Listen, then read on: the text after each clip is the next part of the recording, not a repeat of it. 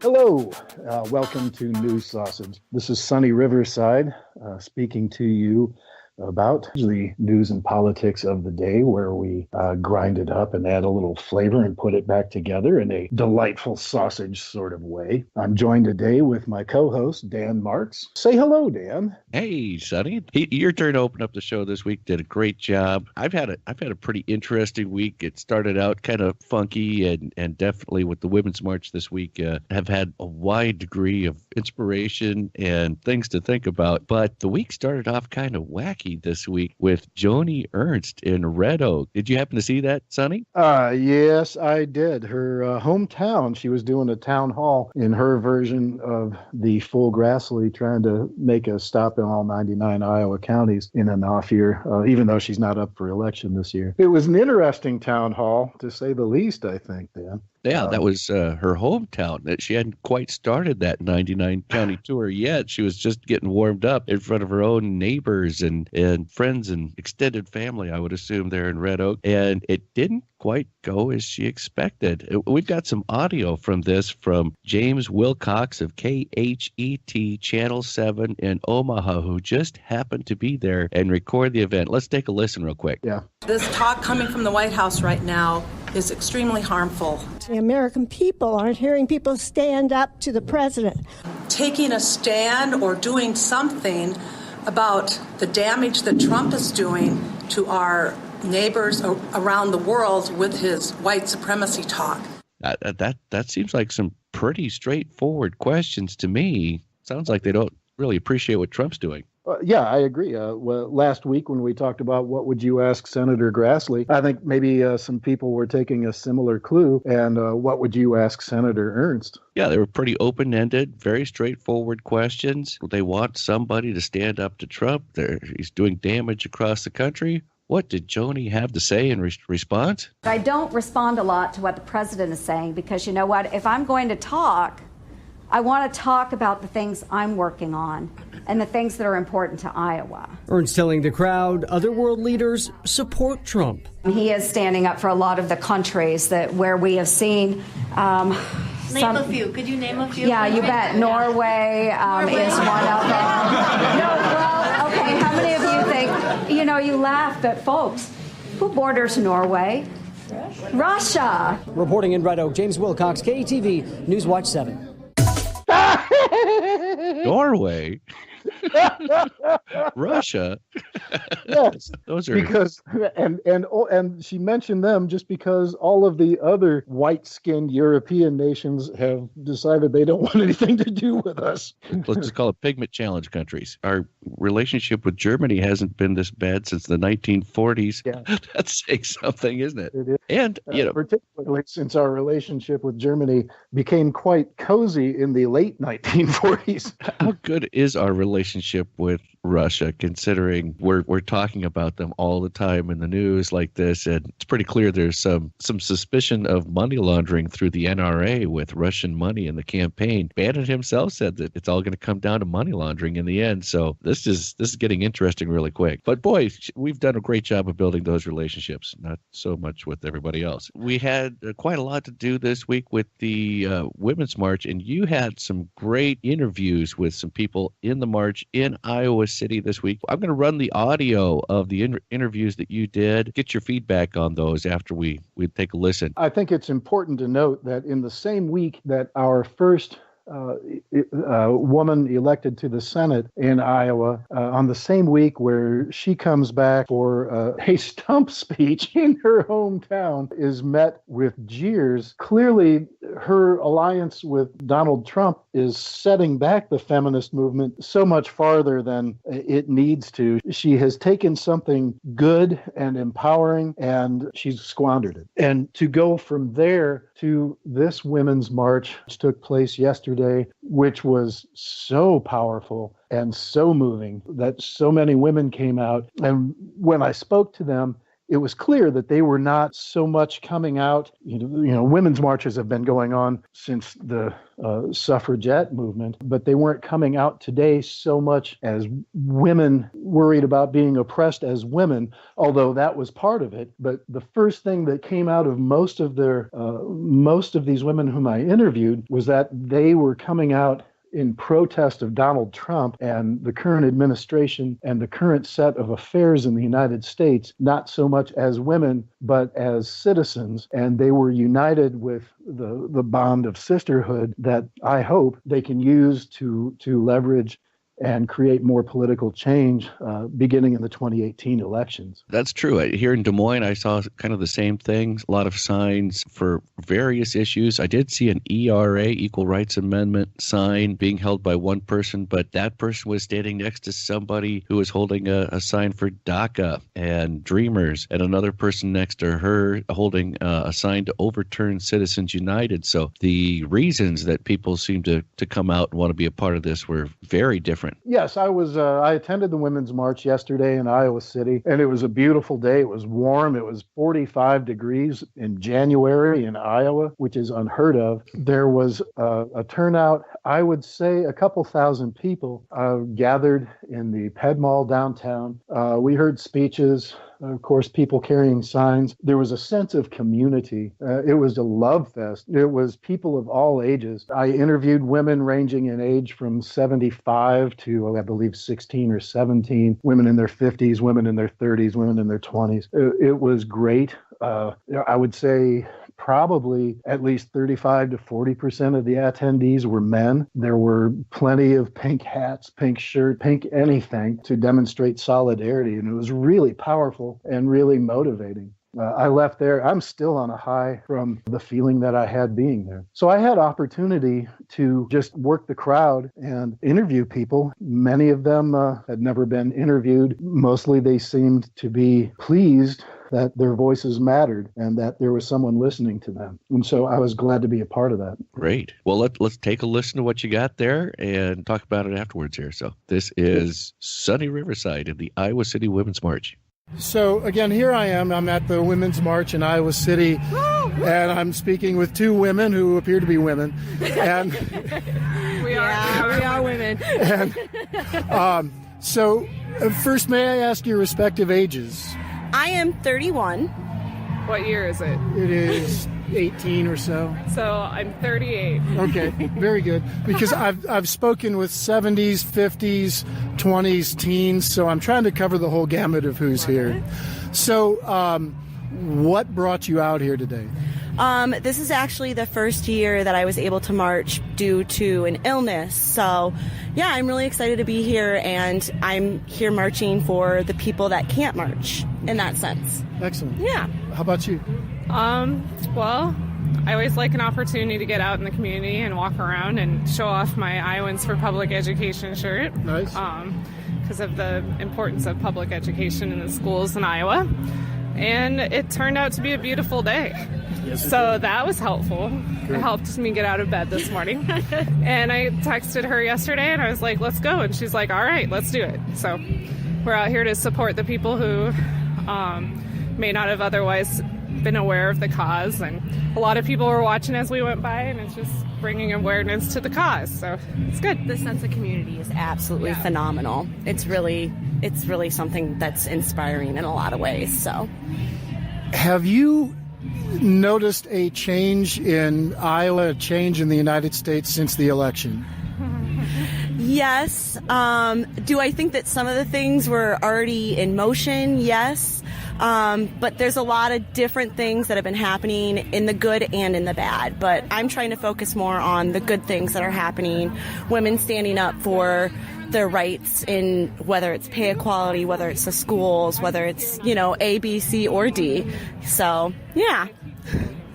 If Donald Trump were standing here with us right now, what would you like to say to him? Honestly, I don't think I could say anything to him because I have such hurtful things to say. So I've always been taught that if you don't have anything nice to say, don't say it at all. So I'm going to go with that one. Spoken like a true Iowan. Thank you very much. Okay, so walking along, I am with a young woman May I ask your age? I'm 19. Wonderful. Have you participated in a march like this before? No, this is my first one. I'm from out of town, so like this college town gives a lot of opportunities to support for issues that you care about. So I'm glad to be here. That's great. And so is that the reason you've come out today?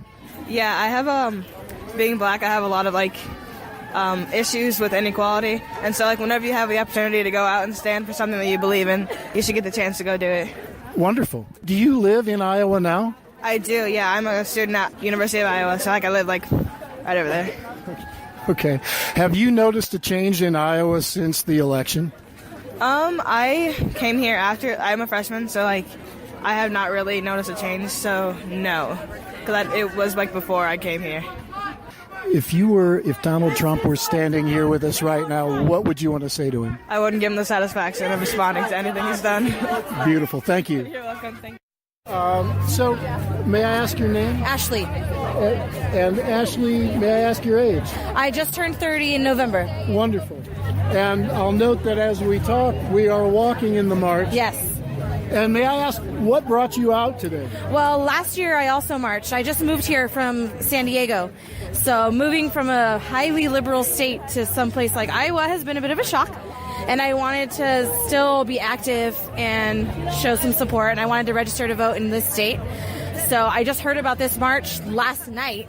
Wow. So I got up early today, and I'm here, and I want to support all the causes that are important to me and are important to the Women's March.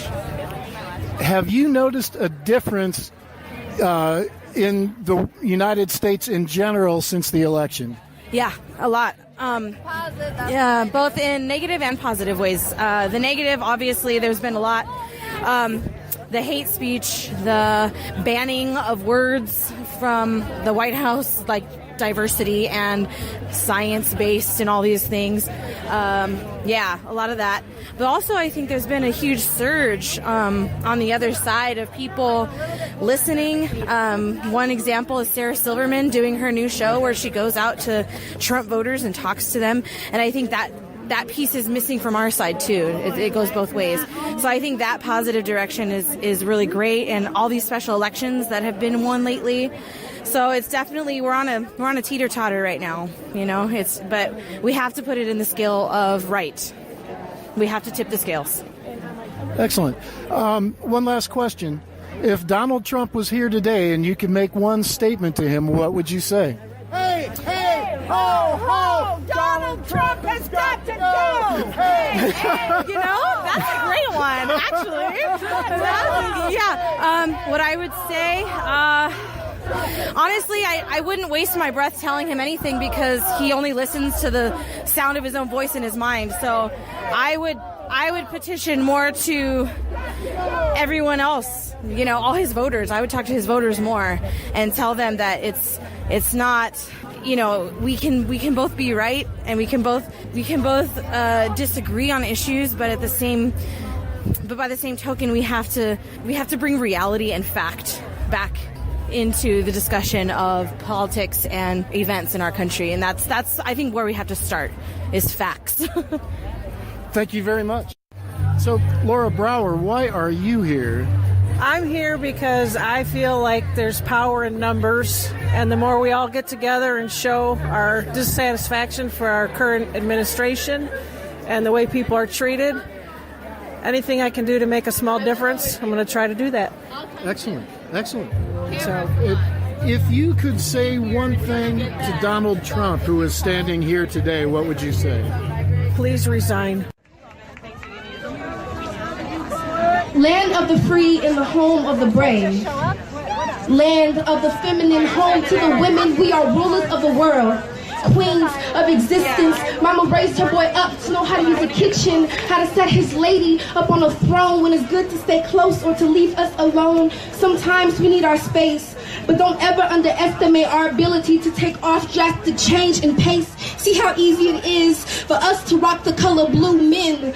Step back in awe and see what we can do. October 1789, a food riot named the March of Versailles. Females let men know that one day soon they would be under female control, marching the so-called king off his throne and entering what would have been comparable to a legislative world now, World War I. We proved we could do everything a man could do and more. Worked in factories, handle weapons, fatal mistake to put a gun in our hands, a race to equality. 1913, the starting shot was fired just like men should have been, because we were doing a way better job than they ever did. Bus boycott led predominantly by women is what inspired activists like Martin Luther King Jr. and Malcolm X to fight for rights. Women have been serving up knockouts for the last 3 centuries at least, and our courage continues to stay steady. Independence is sexy, and although we are quite a sight, our minds match our beauty. So in the darkness of night, I still expect you to call me gorgeous, because my light illuminates night shadows. So whether you have 20/20 or 180/40, you should always see the female in me, the courage in me. Bow down to me, because I am woman. Watch me roar, hear me roar like lioness men. You're lioness, always attempting to eat first when I'm the one bringing home the bread the least. You can do is supply some yeast. Did you know that the lioness always hunts for the food while the lions stay and guard their pride's territory, and he is still the first one to eat what she's found? And frankly, I find that to be absurd. If you want to taste what this feline brought home, get it secondhand from her kitty. Full course meal, no ubiquity, we are all unique. Our different shades, shapes, and personas, but at the ends of the day, we all run in the same pack. Teresa Seeberger, why are you attending the march? What's it mean to you? Well, the march, among many other things, and especially at this time of the year, for 2 reasons. It's the anniversary of Donald Trump getting into office, and we know he's got a very negative perspective on women. I mean, it's clear. And in addition, recently, of course, there have been a lot of issues coming out about people in the media and the news, the Hollywood, being exposed. The Me Too movement, being exposed. Right. For, basically women being abused and in secret over decades. And do you see a connection between the Trump administration and escalation of women reporting things? Do you feel like it's more frequent that occurrences are happening, or is it just that people are fed up? Well, I think that Trump being in office is giving fuel to people who, espouse the views of, women are worthless and we can do whatever we want to them, which might in turn be leading to people finally saying, I'm fed up, I'm not going to put up with this anymore. So, there's probably a correlation.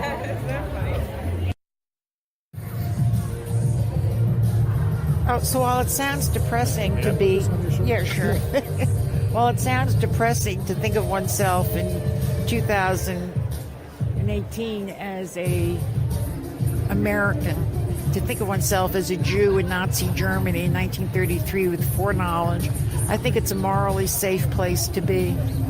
Do you feel that way based on gender or just general political atmosphere? I base that way on general political atmosphere and as an American. I think this is the biggest challenge to the democracy of my country in my life, and I'm 75 years old. I'm a product of the anti-war movement, the civil rights movement, the women's movement. I do not make that judgment lightly. So your presence here at the march today is more political than women's equality? Yes, exactly. One of the things that the Women's March has to do, as any street movement has to do, is become more inclusive. Every year we're more inclusive. Every year we're bigger. Every year we look slightly differently, right? And that's hard. Barney Frank's book, Autobiography, captures this the best. That in America, how do you take the street protest into the legislative electoral process? Right. And every social movement that I've been involved with in America has faced this, okay? And historically, I think it's also an accurate description of the challenge, right? I mean, as a feminist, I have a history. I know the history of 52 years to fight for the right to vote. Yeah. Susan B. Anthony dead. Yeah. Dead. After and a persevering effort which lasted for decades, right? My favorite Susan B. Anthony story, she gets on the train in New York City, I think, and goes upstate New York on the train, stops a lot, gathers 400,000 signatures. Wow. For women's right to vote. Stops in a little town, goes to the print, finds a church basement to have a rally, goes to the printer, gets the flyer printed, puts it up around town and has a rally and asks for donations of 25 cents, which was an outrageously high amount. Yeah. Collects her money and goes to the next town. 400,000 signatures. I mean, it just brings tears to my eyes, right? Yes. And every group in America, whether it's African Americans or people with disabilities or Hispanics, Latinos, has similar history, has a history of struggle. And it's needed to remember that history because this is going to be a long struggle. Yes. Yes, it is. This is not where we have gotten to now is not something that's going to be undone. No, that's in one correct. election. I went to a Trump rally in Cedar Rapids Friday before the election. That morning I had gone to a Clinton rally, which was predominantly women with a substantial number of men. The Trump rally was predominantly men with a substantial number of women. And my friends were like, you do not go to a Trump rally, Clara. This is dangerous. And I was scared. Yeah. I was scared. And I thought, Clara, you have been doing presidential politics in Iowa for 50 years. You're not going to go to a rally because you're scared? What the shit, right? So I get in my car and I took off all my Clinton paraphernalia and I did not go as a protester. And I walked the rally and there were about 1,300 people there, mostly guys, as I said. And within 10 minutes, I knew where I was. I was back in the Lazy Leopard Lounge tending bar to Iowa working class guys. Yeah. And listen to Jeff Kaufman as the head of the Republican Party turn into a complete raving idiot. And listen to Donald Trump lead a chant about lock her up, with Iowa men responding by kill her. Really? Kill her. Kill her? I hadn't heard that. It was terrifying. And I thought, well, the example of Nazi Germany does not seem overwrought right now. Exactly. There was not one face of color, except when I was leaving, I saw an African-American Secret Service guy who was relatively young, late 20s, you know. And so I looked at him and smiled, and I said, well, I hope you're getting double time for this. And he laughed, and he said, no, I'm not. And then he got serious, and he looked at me and says, this is not the first such event I've had to cover. And I thought, you know what, we put people through in their jobs. So I went up to him and gave him a big hug, which is always, you know, dicey with a Secret Service guy. You know, he kind of froze, you know, but he realized he was being hugged. And I whispered in his ear and I said, I'm so sorry. I said, but there is an America better than this. And I just hugged him. And I stepped back and he had tears streaming down his face. So I sat in my car and cried for 10 minutes. That was my response to a Trump rally. So, Clara Olson, wow, you could probably spend about a half an hour with her alone. It seems like she's got a lot to talk about, a lot of history behind her. She's a real interesting person. I really enjoyed all the points that everybody made there, but boy, she really stood out, I'd say. Part of my conversation with Clara Olson that didn't get recorded, Clara was, while she acknowledged the challenges, she was optimistic about the future. She referred to the millennials, and she brought it to my attention that the millennial generation is actually a larger number than the baby boomers. And she looked at it and said, and look what the baby boomers accomplished. There's more of these people. They haven't found their direction yet. Other people call them millennials. They don't call themselves millennials. Once they find their direction, and once they find their identity, and if they put their mind to it, they can really change the world.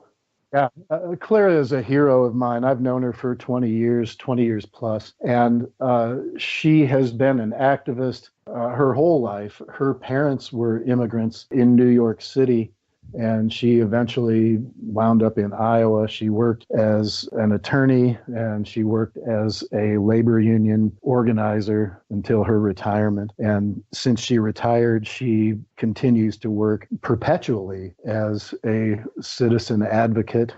She's in contact with elected officials, past and present.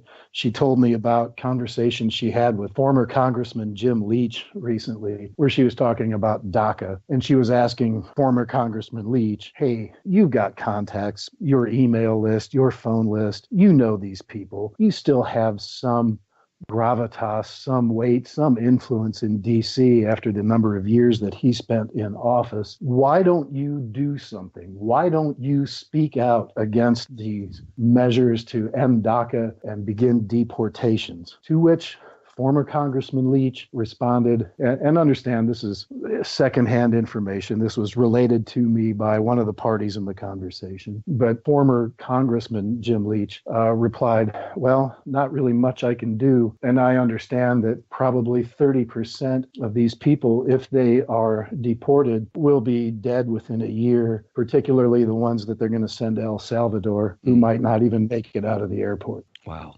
Yeah. So it's really a death sentence to these people who have been here for many years, and some of them brought here as children who didn't have a choice in the matter at that point, but they're being punished beyond what the law requires because of this hateful administration. I don't think there's any other way to call it on this one. To deport them to a place where they have never been, where they don't know the culture, where they don't speak the language, and where they are immediately branded as enemies of the state, I guess, for lack of a better word, but targeted as people who had betrayed their state and now are being dumped there with nowhere to go, no contacts, no home, whatever they can carry with them.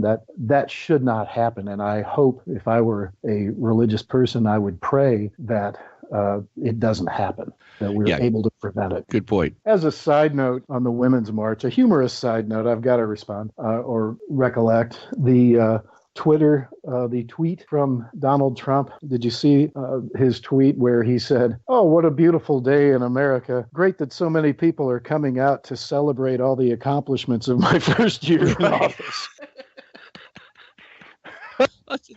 I have to say, listening to Clara again, she has so many positive things to say, realistic things. I think there's a lot to learn from her in those comments as well. And then to kind of get that story of what it was like to attend a Trump rally there at the end and what that meant to her and how it's motivated her ever since. I've kind of had some similar feelings where I can't believe that this kind of character has been shown from American people, let alone Iowans. And to reflect again on Joni Ernst back in Red Oak, I had mentioned before that since I have been to Hawaii and come back, it seems that a lot of those people I have known as very reasonable, thoughtful people that weren't going to be fooled by a lot of things, that I didn't seem to see them anymore. But in the Joni Ernst video with her hometown, those were not Democrats bussed in from a long ways away. Those were real Iowans, her neighbors that had real questions, not partisan questions, real concerns about what damage is being done to this country because of this president and the Republicans in Congress, that there's no responsibility. Nobody's taking any responsibility for this. And you kind of get that from the people in the street in the march too, that there's no, the buck stops nowhere with this administration. They've even pushed the tough things off to Congress, and they failed to get things done. And right now we're in the middle of another government shutdown because of pure incompetence at this point, really. Also coming up, we've got a caucus here in Iowa on February 5th for the Democratic Party. Hope everybody is involved with that, takes time out of their day to be a part of that and let your voice get heard. And leading up to that, please take time to research the candidates for the respective positions. We've got a contested race for governor, actually on both sides of the ticket, Democrat and Republican. Do your research, do your homework, make an educated choice, get involved, get active, and participate. I agree. I've looked at the governor options this time on the Democratic ticket, and even though one person seems to be in the lead, I kind of favor one that's not. I hope all of you folks take a look at what's out there, what positions people support, and make the informed decision. Again, just get involved. Yes. Get involved. Well, that does it for our show this week. Thanks again for listening to News Sausage. Look forward to doing this again next week with my co-host, Sonny Riverside. And this is Sonny, and I'm saying goodbye and reminding everyone that democracy is a constant work in progress, and it requires participation. So get out there and shake a hand, make a friend, make a difference.